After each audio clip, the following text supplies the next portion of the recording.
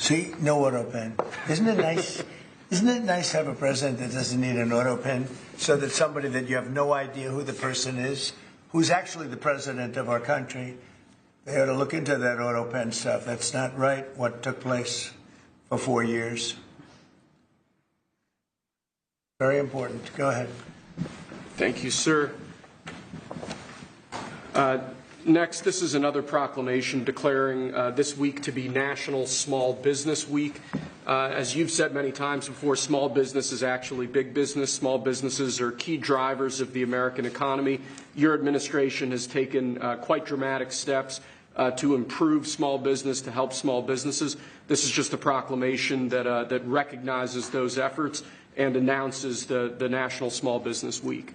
Good. And before I go any further, I'd like to just, as you see behind me, Robert F. Kennedy Jr. is doing a fantastic job.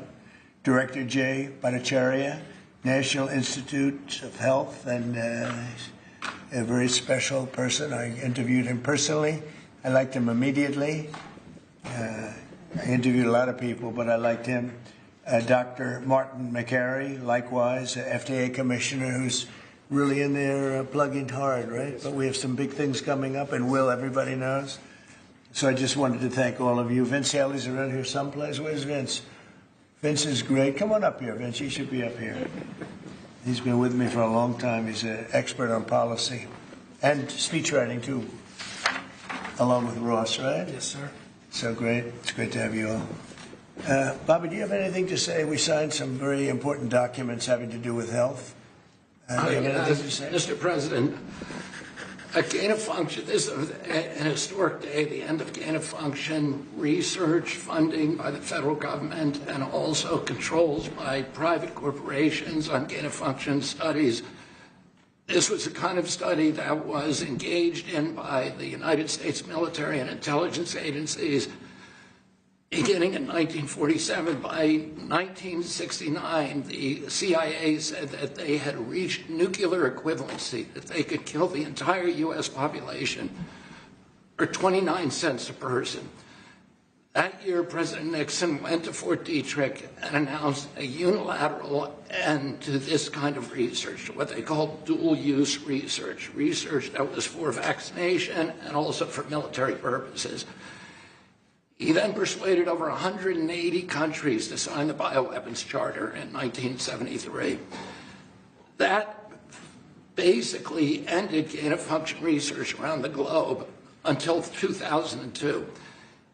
Or 2001, after the anthrax attacks, we passed the Patriot Act, and the Patriot Act had a provision, a little-known provision in it, that said that although the Bioweapons Charter is still in effect, and the Geneva Convention is still in effect, U.S. federal officials who violate it cannot be prosecuted.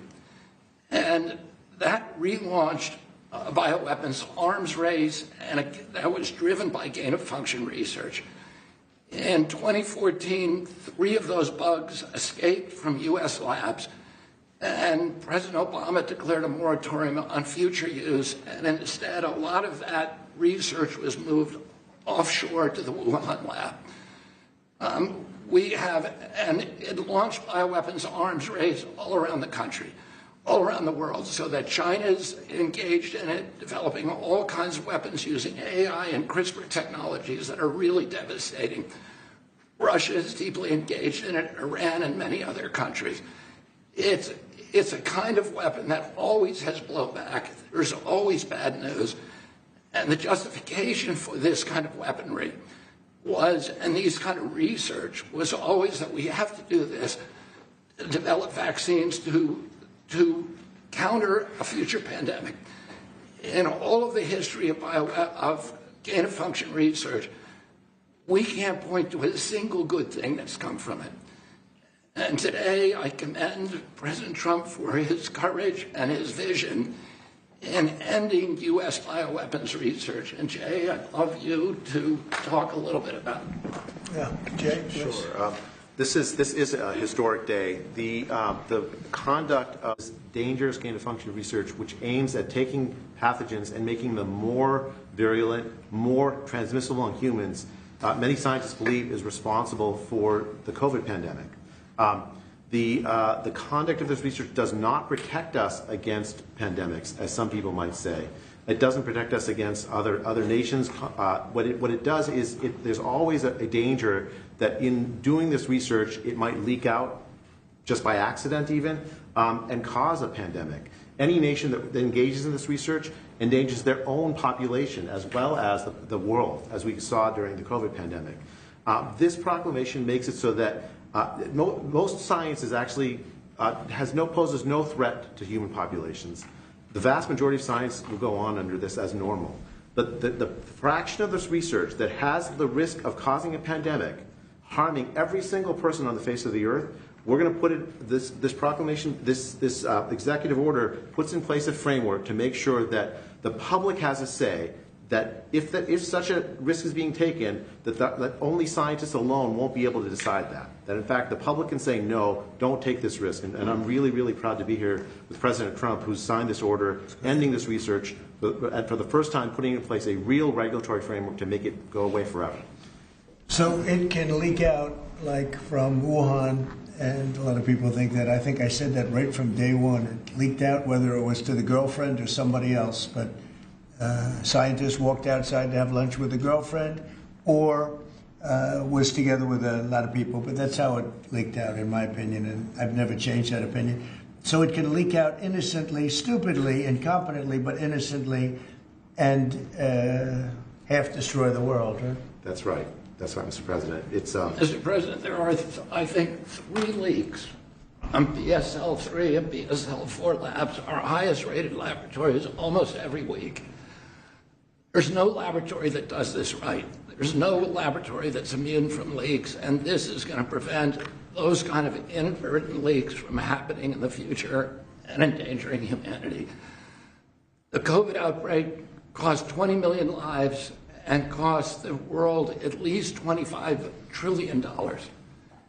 And this executive order is a precaution against us being involved in that kind of research in the future. That's great. Very honored to do this. Marty, what do you have to say? Yeah, it's unbelievable to think the entire nightmare of COVID was likely preventable. And you had good instincts early on, Mr. President, in suggesting it came from the Wuhan lab. That is now the leading theory among scientists. It was 5 miles from the hospital where it first broke out. So it's crazy to think that this entire nightmare was probably the result of some scientists messing with Mother Nature in a laboratory with technology exported from the United States, that is inserting a furin cleavage site. So I hope this does some good in the world, Mr. President. Thank you for doing it. Anybody have any questions on that? Yes, please. On your proclamation designating this Mental Health Awareness Month, can you speak to concerns people are having regarding your administration cutting $1 billion in mental health programs from schools? Well, we're looking very closely at waste, fraud, and abuse, of which there's tremendous amount. People on that shouldn't be on, illegal immigrants on, people that came into the country illegally.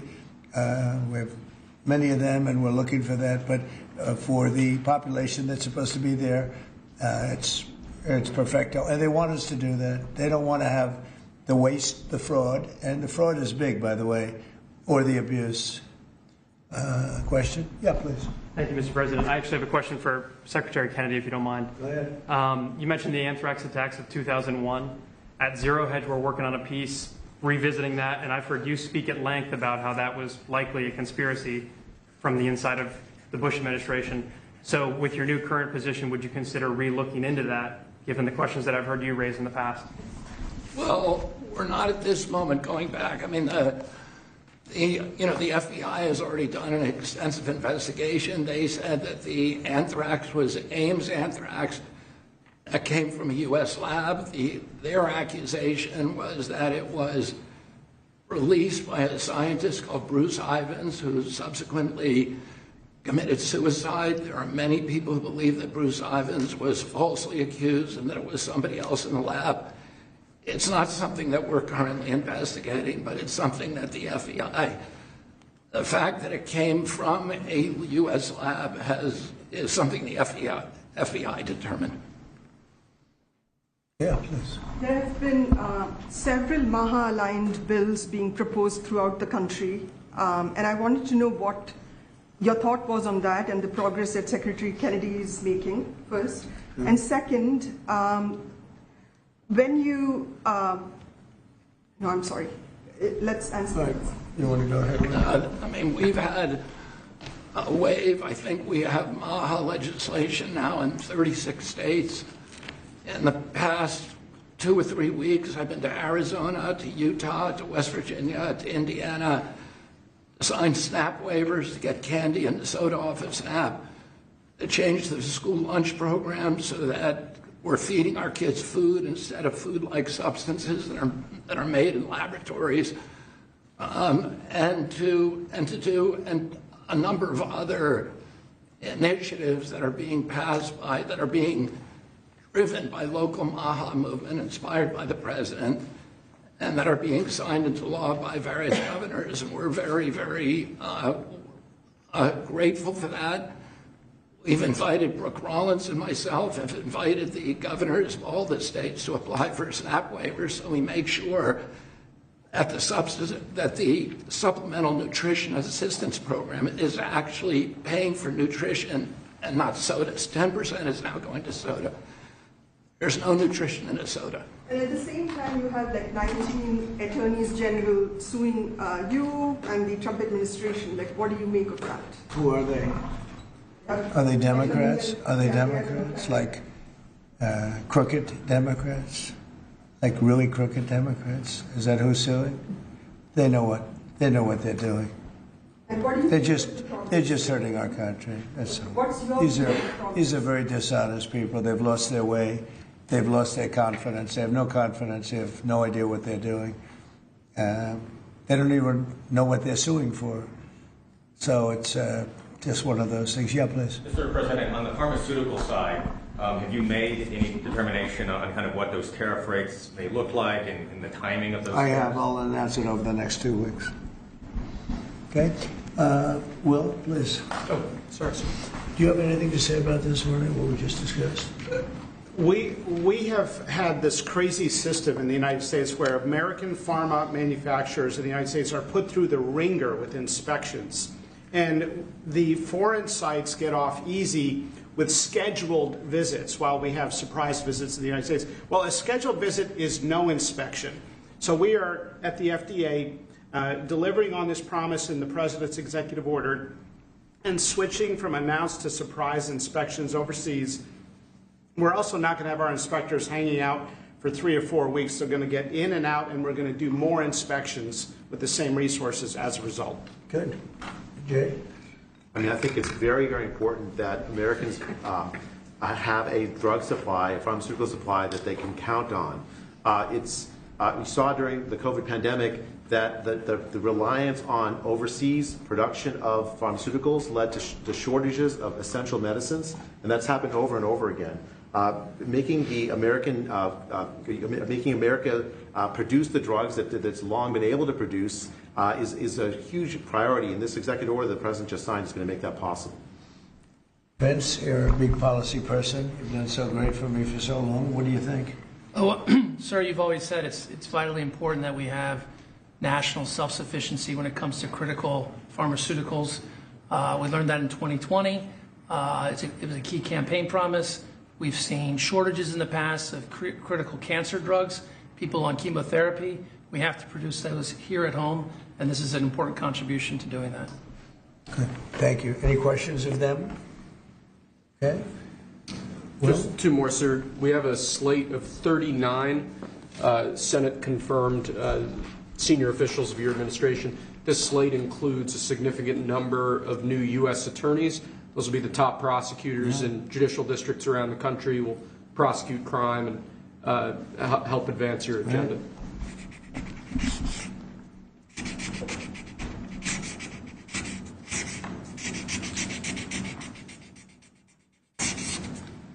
Okay, it's a lot of people, and they're very good people. I hope. Who knows? But I hope so. Okay, thank you.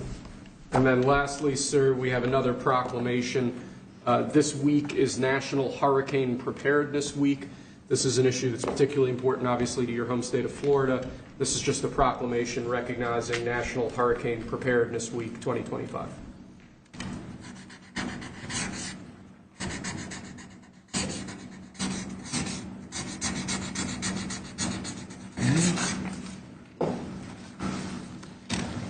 Thank you.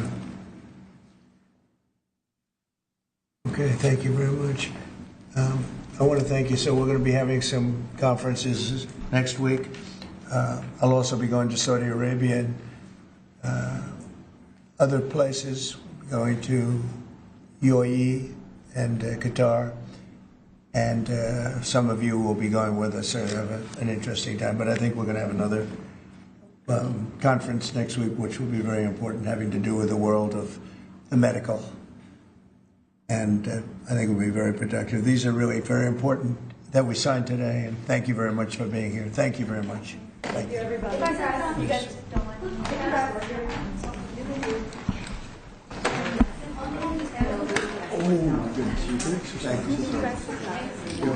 You just heard from President Trump there, who signed several executive orders alongside HHS Secretary Robert F. Kennedy Jr., NIH Director Dr. Jay Bhattacharya, and FDA Commissioner Dr. Marty Makary. The first executive order focused on gain-of-function research, which has been identified as the key factor in the origins of the COVID-19 pandemic. Now, this order provides new enforcement tools to ban federal funding for gain-of-function research and ensures that biomedical research is conducted safely. The second executive order promotes the domestic manufacturing of pharmaceuticals right here in the U.S. The goal is to strengthen our supply chains, reduce reliance on foreign-made medicine, and the president also signed a series of proclamations. He officially declared May as National Mental Health Awareness Month and designated this week as National Small Business Week, recognizing that small businesses are the backbone of our economy. One America News Network, your source for credible, honest, unbiased reporting from around the world, has just launched a live, 24/7, 365 days a year uninterrupted cable feed on YouTube. And it's only $5.99 per month. Now you can watch One America News Network live, anytime, anywhere in the world. Go to our YouTube page and click here to become a member today. One America News Network, your source for credible, honest, unbiased reporting from around the world, has just launched a live, 24/7, 365 days a year uninterrupted cable feed on YouTube. And it's only $5.99 per month. Now you can watch One America News Network live, anytime, anywhere in the world. Go to our YouTube page and click here to become a member today.